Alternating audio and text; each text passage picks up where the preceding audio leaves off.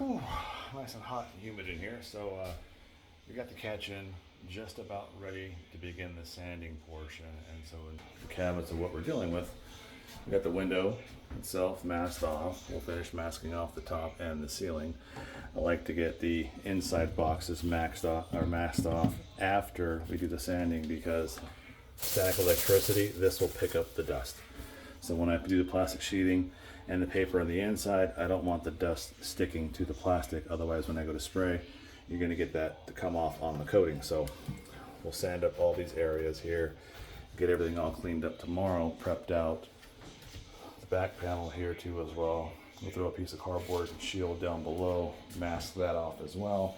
But first I want to get the sanding done so that when we're got our foot, we don't tear up on this tile, because these ones are somewhat loose. Back behind here, because this is already cut out to accommodate the larger fridge and ventilation, well, we'll leave that as is, and we'll just spray up to it and it'll be fine.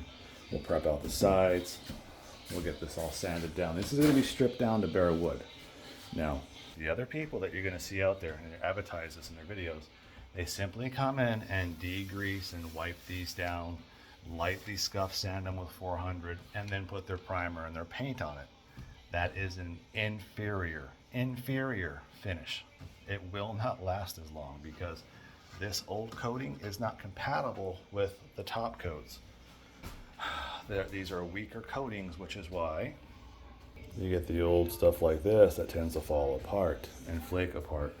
And when you put a stronger coating on top of this, when it goes to dry and cure, it's so strong that it'll grip this, and as it tightens up and dries, it'll rip the old coating off. Also, likewise, when you're doing this in the wintertime when it's cold outside, you have to have sufficient heat. Otherwise, you get something called curtailing, where as the coating dries and cures, it will crinkle as it pulls the coating together, pulls it loose. So lots of little technical details.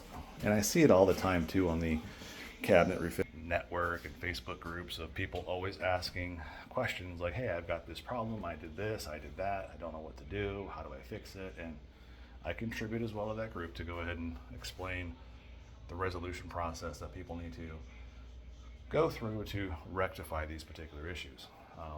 This is a specialty. If you want to have your cabinets just painted, low budget, like an apartment complex or a flip, call somebody else. I don't do that.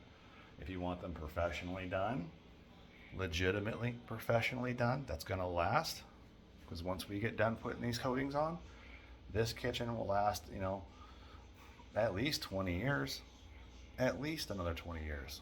These original coatings that are already on there now are about 20 years old, maybe a little bit more, but the coating that's on these cabinets right now is a much weaker coating than the one that we're going to use. We are going to be using the top of the line, the best that you can get before you jump into UV cured systems. But yeah, it's going to come out really good, so stay tuned.